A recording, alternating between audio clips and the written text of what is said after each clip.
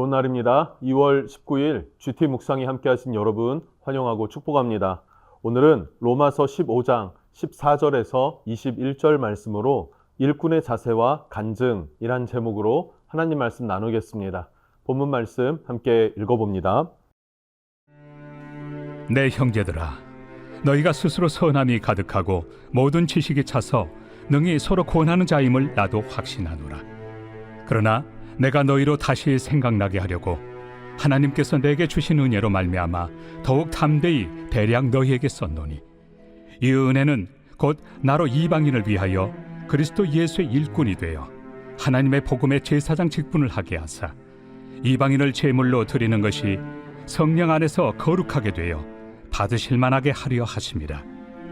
그러므로 내가 그리스도 예수 안에서 하나님의 일에 대하여 자랑하는 것이 있거니와 그리스도께서 이방인들을 순종하게 하기 위하여 나를 통하여 역사하신 것 외에는 내가 감히 말하지 아니하노라.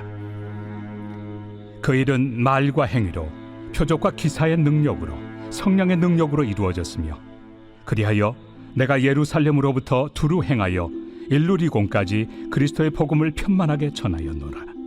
또 내가 그리스도의 이름을 부르는 곳에는 복음을 전하지 않기를 힘썼노니, 이는 남의 터 위에 건축하지 아니하려 함이라. 기록된 바 죄의 소식을 받지 못한 자들이 볼 것이요 듣지 못한 자들이 깨달으리라 함과 같으리라. 앞서 15장에서 우리는 예수 그리스도를 본받아야 한다라는 것을 이야기를 했죠. 그러면서 특별히 예수님의 무엇을 본받아야 되는가? 하나님께 부르심 받은 그 부르심에 순종하신 예수님이시다라는 것을 나누었어요. 예수님은 하나님의 뜻을 이루기 위해서 무엇을 행하셨습니까? 첫 번째는 할례를 받으셨습니다. 그래서 할례의 추종자가 되었다라는 표현도 했고요. 그러면서 십자가 위에 제물로 희생하시고 또 죽기까지 순종하신 그 사건을 이야기를 하는 것이죠. 예수님도 죽기까지 하나님의 뜻을 따라 복종하셨다, 순종하셨다라고 했어요. 그래서 오늘 말씀에 이어서 사도 바울은 나 자신도 예수 그리스도를 본받아서 주님처럼 순종하고 그 부르심에 합당한 사명을 감당하려고 한다 하는 것을 고백하고 있습니다. 그래서 오늘 14절과 15절 말씀을 보면 사도 바울이 권면을 하고 있어요. 로마 성도들을 권면하는데 그 권면하는 자세, 무엇 때문에 자신이 이런 권면하는 글을 썼는지에 대해서 보여주고 있습니다. 자, 로마 교회는요, 서로 용납하지 못함이 있었습니다. 당연할 것 같아요. 왜냐하면 다양한 민족들이 모였고 다양한 계층들이 모여서 하나로 연합되어진 교회 공동체를 세워갑니다. 당연히 의견도 뜻도 부딪히고 또 서로를 비난하고 비판하고 받아들이지 못함도 있었을 것입니다. 그것이 바로 로마 교회의 형편이었고 그렇게 깨어져 있음을 사도 바울은 알고 있었단 말이죠. 그럼에도 불구하고 그들로 하여금 칭찬하면서 권면하는 모습을 보게 됩니다. 14절입니다. 내 형제들아, 너희가 스스로 선함이 가득하고 모든 지식이 차서 능히 서로 권하는 자임을 나도 확신하노라. 자, 세 가지를 칭찬하는데요. 첫 번째는 너희가 선함이 가득 찼다라고 그래요. 하나님 앞에서의 선을 쌓아가는 것, 성도들과의 관계에서 선한 일을 행하는 것, 그만큼 성숙해가는 너희들의 모습을 나도 확신한다, 알고 있다 라고 이야기를 하면서 두 번째, 모든 지식이 가득 차서라 그래요. 너희가 하나님을 아는 지식도 가득 차 있다, 알고 있다 라고 인정해 줍니다.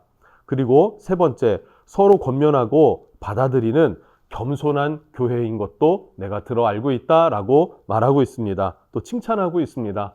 그런데 사실은 그렇지 않은 모습을 들었던 것이죠. 그럼에도 불구하고 격려하면서 그들을 인정해 주면서 사도 바울은 그들에게 권면하고 있구나 하는 것을 알 수 있어요. 그러면서 15절, 내가 너희를 권면하는 건 내가 너희보다 더 많은 것을 알아서라기보다는 하나님께로부터 받은 사명 때문에 하나님께로부터 받은 이방인의 사도로서의 부르심, 그 부르심 때문에 내가 너희를 권면하게 되었다라는 것을 설명하고 있습니다. 자, 그리고 16절부터 19절에서는요, 이 모든 나의 사역들 가운데 성령께서 역사하신 것만 나는 자랑할 수 있다. 오직 성령만 자랑한다라고 이야기를 하면서 자기 자신의 사역은 뒤로 감추는 그런 겸손한 모습을 보여주고 있습니다.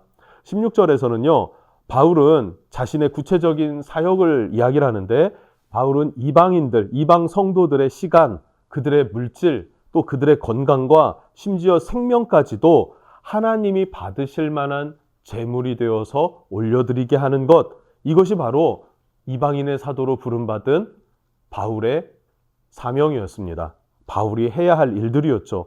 그런데 이것을 어떻게 사람이 감당하겠습니까? 믿지 않는 다른 민족들에게 하나님 앞에 절대적인 순종과 모든 삶을 내어드릴 수 있게끔 연결해준다, 그렇게 가르친다 라고 하는 것 자체는 사람으로서는 불가능할 것입니다. 그런데 오직 성령 안에서만 이것은 가능해진다라는 것을 인정하는 것이죠. 그래서 16절에 이렇게 말합니다. 이 은혜는 곧 나로 이방인을 위하여 그리스도의 예수의 일꾼이 되어 하나님의 복음의 제사장 직분을 하게 하사, 복음의 제사장이라는 표현을 썼어요. 이방인을 향한 복음의 제사장 직분을 감당했다. 제사장이 어떤 직분입니까? 하나님과 백성을 연결하는 그 다리 역할을 하는 것이 바로 제사장이었죠. 바울은 지금 하나님의 복음과 이방인을 연결시키는 제사장이 되었다, 그렇게 표현을 하면서 이방인의 사도로 부름받은 자신의 사명을 표현하고 있습니다. 그래서 그 직분으로 해야 할 일이 무엇입니까? 이방인을 제물로 드리는 것이라 그래요. 이방인을 제물로 하나님 앞에 올려드리는 것, 이것이 제사장인 사도 바울의 일이다라 그래요. 이걸 근데 어떻게 감당합니까? 성령 안에서 거룩하게 되어 받으실 만하게 하려 하심이라.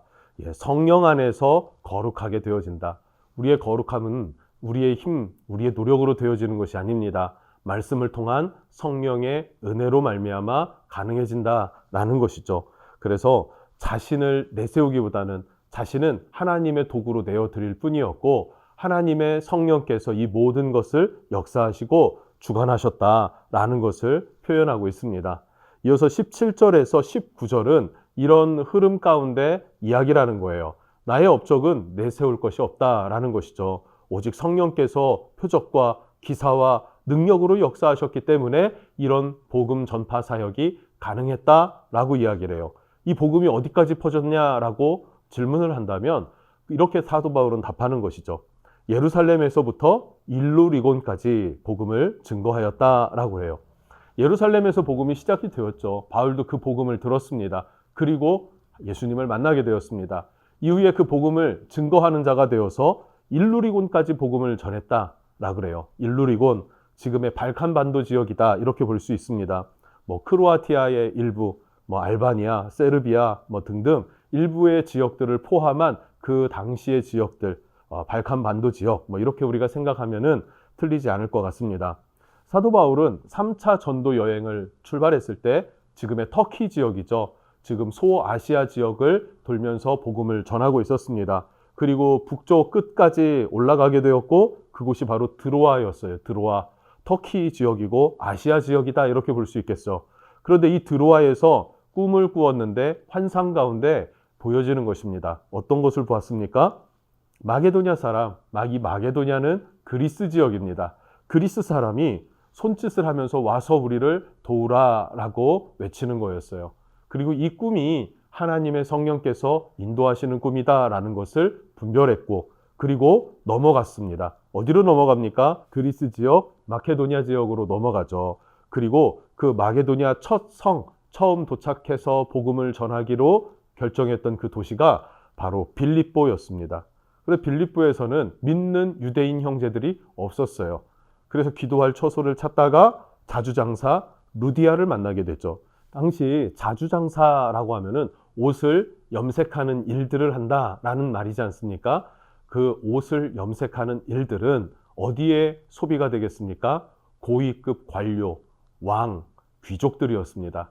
그러니까 귀족들이 입는 아주 고급 명품, 그런 천들을 만들어내고 그런 옷들을 만들어내는 사람이 바로 루디아였습니다. 이 루디아는 예수 그리스도의 복음을 사도 바울로부터 받아들이게 되었고, 그리고 자기의 집을 열어서 어떻게 해요? 선교의 전초 기지 혹은 가정 교회를 시작하게 되었습니다. 여러분 어떻게 생각하십니까?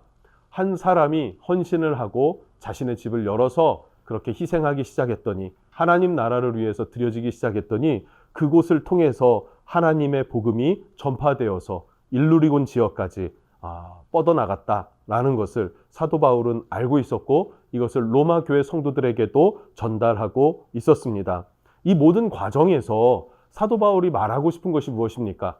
그것은 나의 실력, 나의 희생의 정도, 수고의 정도를 자랑하려는 것이 결코 아닙니다. 오직 성령의 도구로 내어드리기만 하면 성령님께서 이 모든 일들을 역사하시고 주관하시고 이끌어 가신다라는 것을 말해주고 있는 것이죠. 여러분, 성도의 삶은 어떤 삶일까요? 하나님의 말씀을 따라서, 성령의 감동을 따라서 순종하며 살아가는 삶, 그 삶이 바로 성도의 삶인 줄로 믿습니다. 이 믿음으로 승리하는 저와 여러분 되었으면 좋겠습니다. 자, 마지막으로 20절에서 21절 말씀에는 바울의 사역 원칙을 말해주고 있어요. 사역하는데 원칙이 있었는데 20절에는 복음을 듣지 못한 곳에서만 복음을 전하겠다. 이미 누군가가 들어가서 복음을 전해요. 그러면 그곳에 들어가서 경쟁적으로 복음을 전하지 않겠다. 이것이 그 당시 사도 바울의 어떤 사역의 원칙이었고요. 자, 21절에서 오직 예수 그리스도의 복음만 전하겠다.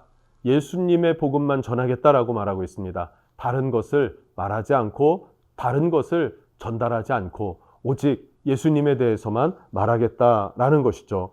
자, 이 모든 것들을 정리해 보면 바울 자신은 무엇을 고백하고 간증하고 있는 것입니까?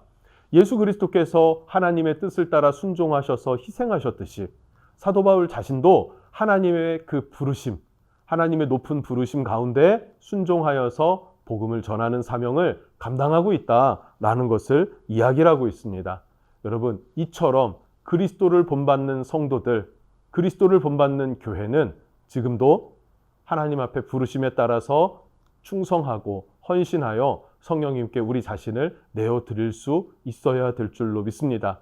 그것이 바로 주님을 본받는 삶이고 그것이 바로 하나님이 원하시며 하나님이 열매 맺는 일이라는 것을 꼭 기억하시길 주님의 이름으로 축복합니다. 기도하겠습니다. 하나님, 사도 바울은 하나님의 뜻을 따라 순종했던 사도 바울과 같이 자기 자신이 어떻게 순종하여 그리스도를 본받으려고 애쓰는지, 그리스도의 복음에 대한 열정을 어떻게 동일하게 내 심령 안에 품고 갈 수 있었는지, 그것은 오직 성령님께 나 자신을 내어드릴 때, 나는 도구입니다 라고 내어드릴 때 성령께서 기사와 표적으로 능력으로 역사하셔서 이 모든 일들을 이루어가는 것을 고백하고 있습니다. 지금 이 순간에도 우리의 삶을 성령님께 내어드릴 때 성령님께서는 동일하게 역사해 주시고 열매 맺게 하시는 줄로 믿습니다. 그렇게 주님의 성품을 닮아가는 하나님의 백성들로 삼아주시고 기름 부어 주십시오. 예수님의 이름으로 기도합니다. 아멘.